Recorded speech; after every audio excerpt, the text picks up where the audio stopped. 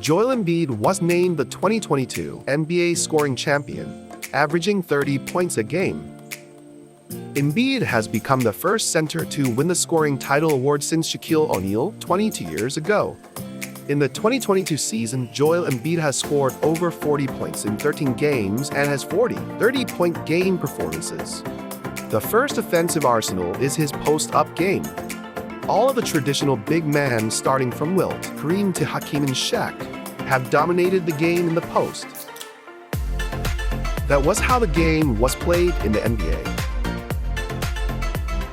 Over the past few seasons, the trend has changed to more of a stretch big men's game.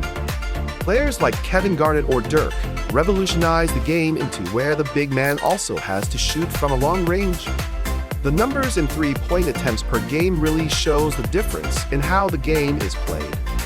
Last year, the average three-point attempts per game is 12.4 attempts per game, which is more than twice the number 20 years ago, which was 5.2%. However, Joel Embiid is bringing his game back to the old school.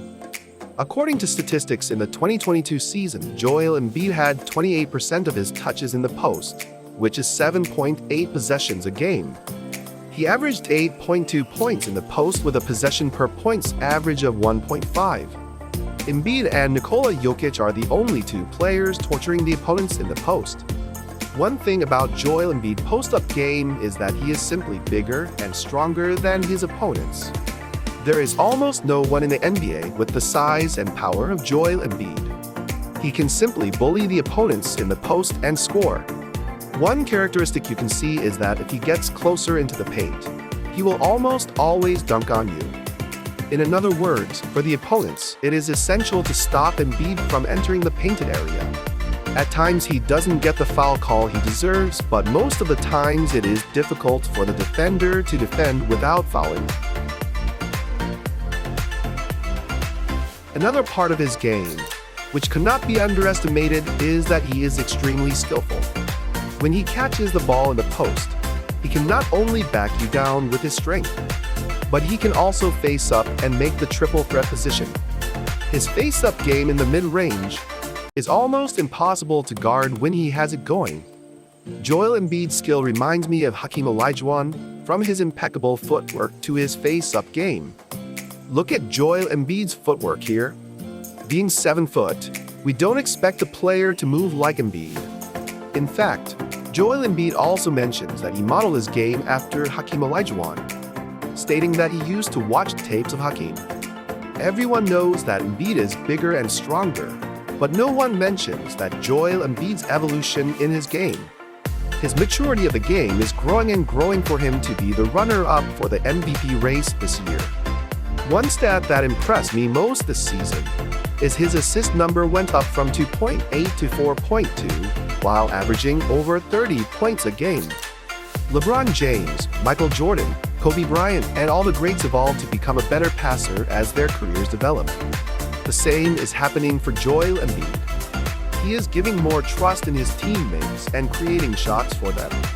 After James Harden joined the team, Joel's number in assists dropped while he focused more on scoring. He now knows how to use his teammates to become a better player himself. We expect his game to evolve further for the next season. From the 2020 season, Doc Rivers has become the head coach of the Philadelphia 76ers. Doc is constantly planting offensive patterns for Joel Embiid to score with a higher efficiency. After the arrival of Doc, Embiid's field goal percentage has increased from under 50% in the first 4 seasons to over 50% in the last 2. Embiid has always had a lot of touches in the post. Over the 5 seasons, Embiid is top 5 in post-up attempts. What Doc implemented is where he catches the ball. Doc Rivers changed how he positions Joel Embiid. He sets up small to big picks and different set of fences to make Joel Embiid in the best position possible. When he catches the ball in the left block, where Embiid probably has the most touches, the defense has to worry about 3 options: bully ball, the fadeaway, and getting fouls. Joel Embiid has been to the free throw line 803 times this season, while converting 81.4% of the free throws. This is the highest rate in the NBA. Another statistic which is impressive is how his three-point percentage went up from 32% in the first 4 seasons to 37% in the last 2. It seems like Joel Embiid finally figured out where his strong area is in his three-point shooting. Joel Embiid has played with the premier passers, Ben Simmons and James Harden. While Ben Simmons has his strength in the open court, James Harden has his strength in the set offense. Playing with James Harden made Joel Embiid score with more ease in a number of occasions, like playing the two-man game with Harden. While Harden is on the floor, Joel Embiid is not the only player to get double-teamed.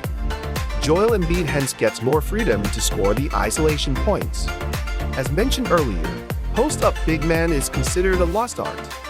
Now all the modern big man needs to shoot the three-ball. As a fan who loves to watch the players work on the post, this is somewhat unfortunate.